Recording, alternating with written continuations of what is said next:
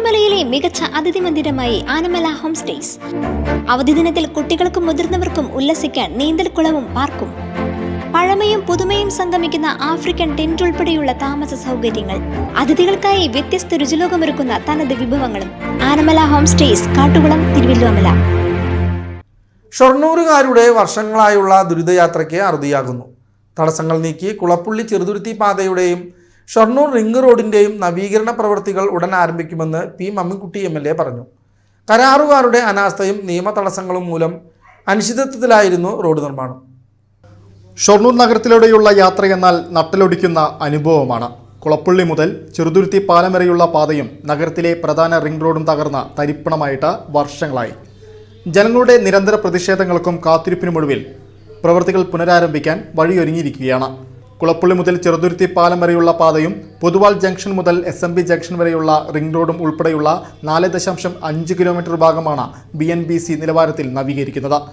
കോടതിയിലെ സ്റ്റേയും കരാറുകാരന്റെ അനാസ്ഥയും മൂലം മുടങ്ങിയ പ്രവൃത്തി അടുത്ത 3 ദിവസത്തിനുള്ളിൽ ആരംഭിക്കുമെന്ന് പി മമ്മിക്കുട്ടി MLA അറിയിച്ചു.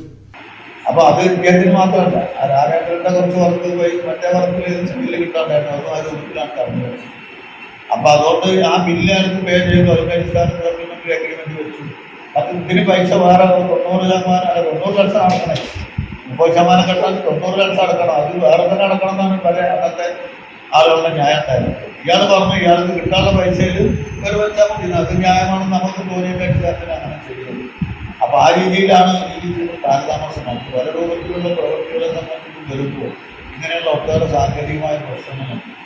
സാങ്കേതികമായ പ്രശ്നം തന്നെ ഉദ്യോഗസ്ഥന്മാരുടെ ഒരു രക്ഷ അവർ നോക്കുന്നു.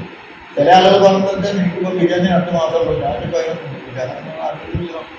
അപ്പോൾ ഇതുമായി ബന്ധപ്പെട്ട് പാർട്ടിയും എല്ലാവരും നിരന്തരമായി ഇടപെട്ട് സംസാരിച്ച് അതിൻ്റെയൊക്കെ അടിസ്ഥാനത്തിലാണ് ഇപ്പോൾ ഈ രൂപത്തിലുള്ള കാര്യങ്ങൾ വന്നിട്ടുള്ളത്.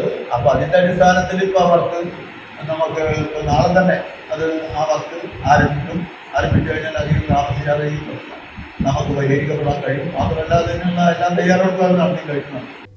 2020 ടെൻഡർ നടപടികൾ പൂർത്തിയായതാണെങ്കിലും പ്രവൃത്തി പാതിവഴിയിൽ നിലയ്ക്കുകയായിരുന്നു.